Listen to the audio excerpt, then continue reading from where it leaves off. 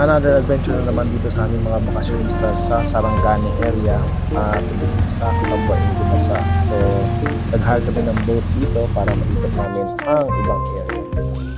So, dito ang pick-up point sa Port of Land. So, ayan na nga, dumating na ang Siblings boat na na-hire namin. So, we're on our way to doon sa docking area.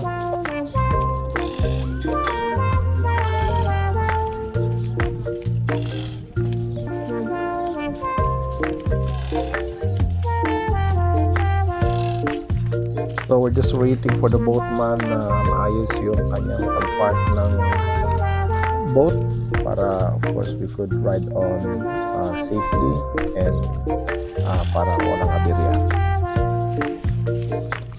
So kung makikita nyo, may dala kaming mga food dyan. Pwede kayo magdala ng sarili nyo, food, water.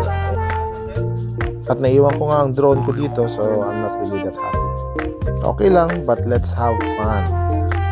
Ito na nga, so we are ready to get on board at ito yung nakahawak sa hagdanan. Siya ang boatman namin for this trip around the shoreline ng Gumasa area. So syempre may breakfast kami dyan.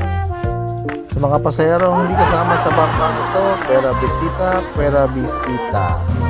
So itong Siblings tour, boat tour, may search nito sa Facebook. So just search sa Siblings boat hire in Glan.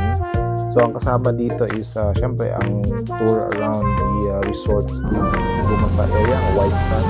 Of course, nagaling din kayo ng boatman sa magandang diving site at saka kung saan pwede mag-swim sa libong ng sea. So malinaw ang tubig dito. During this day, wala kaming wind. Maganda ang araw, clear ang sky, less ang waves. So wala masyadong current. So, syempre kami lahat excited sa mga ganong passion and activities outdoors kasi ito lang naman ang gusto namin to relax, chill, and of course, jump overboard sa malinaw na tubig ng Sarangani. At syempre sa linaw ng tubig, exciting gamitin ng full mask snorkel. Mag-jump ako after mo.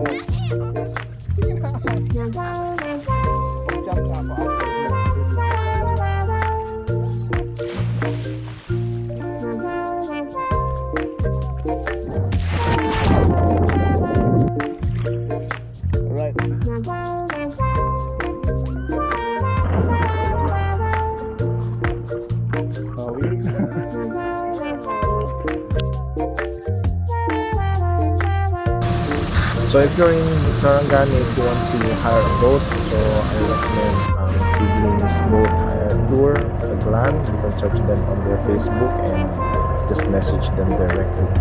Ang pag-hire ko ng boat na to for half day is 4,000 pesos. So not bad for us to have fun for the day with a beautiful sky and a beautiful view during this boat trip. So bye for now. So if you're here in Glan, don't forget to enjoy the view, alright, and hire a boat to maximize your day.